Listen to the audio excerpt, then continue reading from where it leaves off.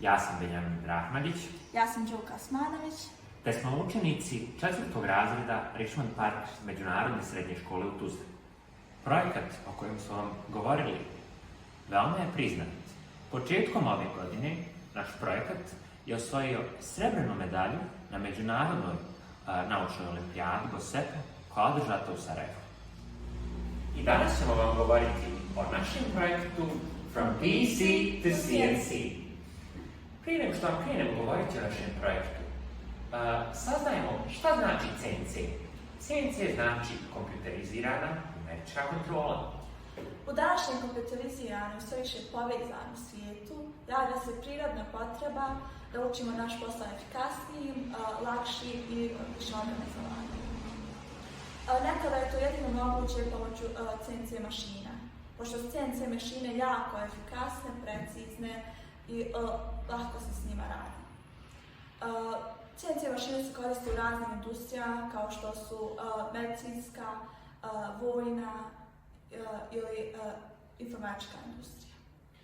No, kao što je moja prijateljica Đulka naglasila, CNC mašine su precizne, efikasne, te su san moderne industrije. No, koja je njihova glavna mana?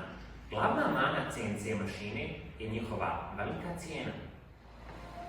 Izvinjavam se.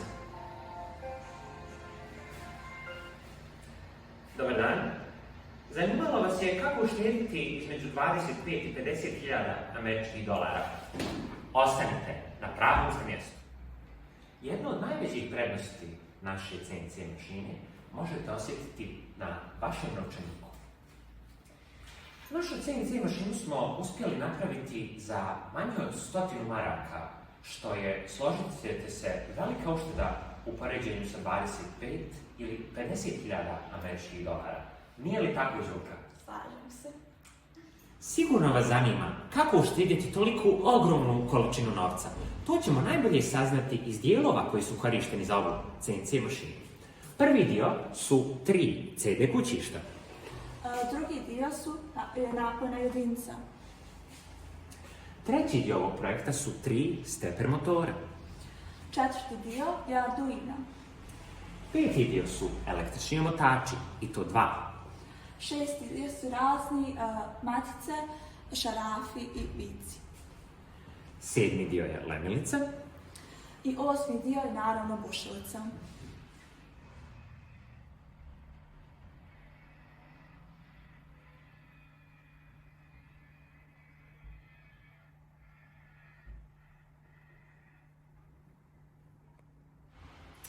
To su bili materijali i metode, no kako napraviti ovu CNC mašinu, reće vam moja prijateljica Đulka.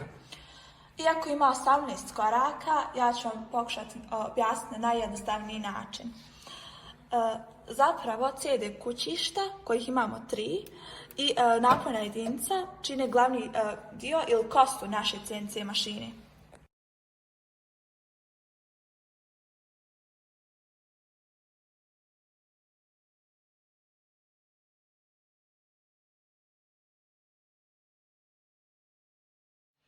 Moja prijateljica Đulka vam je objasnila šta je kostur naše CNC mašine, no šta je mozak ove CNC mašine?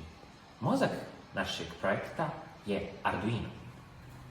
Pločica koja se nalazi tu i softver koji je preuzet na vašem računaru.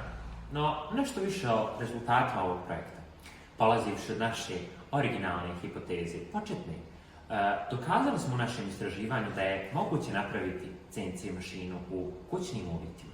Naša CNC mašina je najjeftinija. Te u mnogo slučajeva CNC mašina pravljena u toplini vašeg doma može stajati rame uz rame sa konvencionalnim CNC mašinama, odnosno onim pravljenim u tvorničkim uvjetima. Velika potražnja za CNC mašinama neće stati, naprotiv, povećat će se. Ukoliko budete pratili korake u našem videu te naše istraživanje, otkrit ćete da je tanka linija između PC-a i CNC-a.